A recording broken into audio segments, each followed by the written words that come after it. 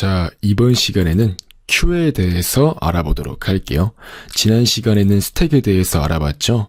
스택은 가장 마지막에 들어온 것이 먼저 나가는 자료 구조라고 했다면 이번 시간에 배워볼 Q는 바로 가장 먼저 들어온 것이 먼저 나가는 자료 구조라고 할 수 있습니다.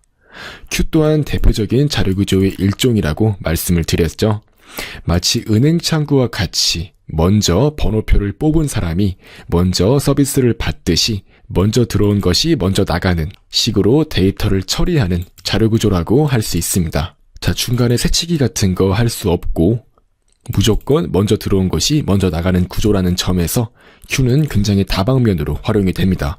바로 한번 예제를 통해서 확인해 보도록 할게요. 이렇게 스택과는 다르게 양옆이 뚫려있는 마치 터널과 같은 구조라고 생각을 하시면 돼요. 이렇게 왼쪽에서 들어와서 오른쪽으로 나가도록 한번 확인해 보도록 할게요. 그럼 먼저 이렇게 7이 들어왔다고 가정을 해봅시다. 그럼 이렇게 7이 들어온 거고요.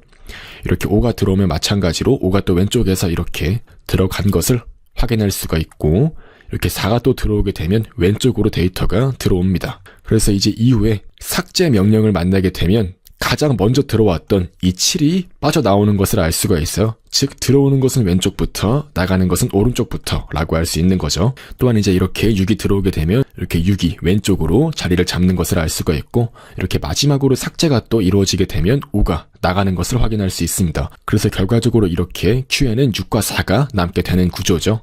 Q 또한 지난 시간에 배웠던 스택과 마찬가지로 우리가 직접 자료 구조를 구현을 하는 것보다는 간단하게 STL 라이브러리를 사용하는 것이 훨씬 효율적이에요. 그렇기 때문에 바로 STL 라이브러리를 사용하는 방법에 대해서 알아보도록 할게요.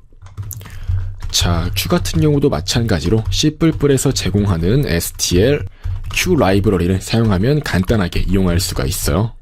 자,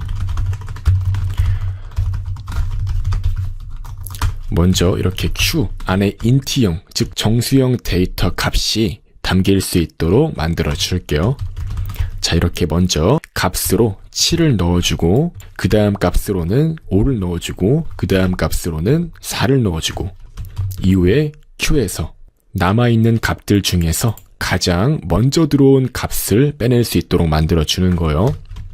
그 다음에 다시 또 이렇게 6을 넣어주고, 마지막으로 또 이렇게 남아있는 값들 중에서 가장 먼저 들어온 값을 제거할 수 있도록 만들어주는 겁니다. 즉 차례대로 7과 5가 Q에서 빠져나오게 되는 거죠.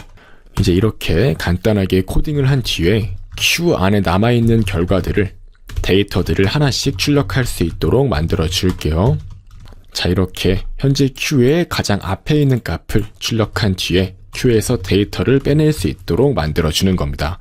이제 이렇게 해주시게 되면은 성공적으로 Q가 작동을 할 거예요.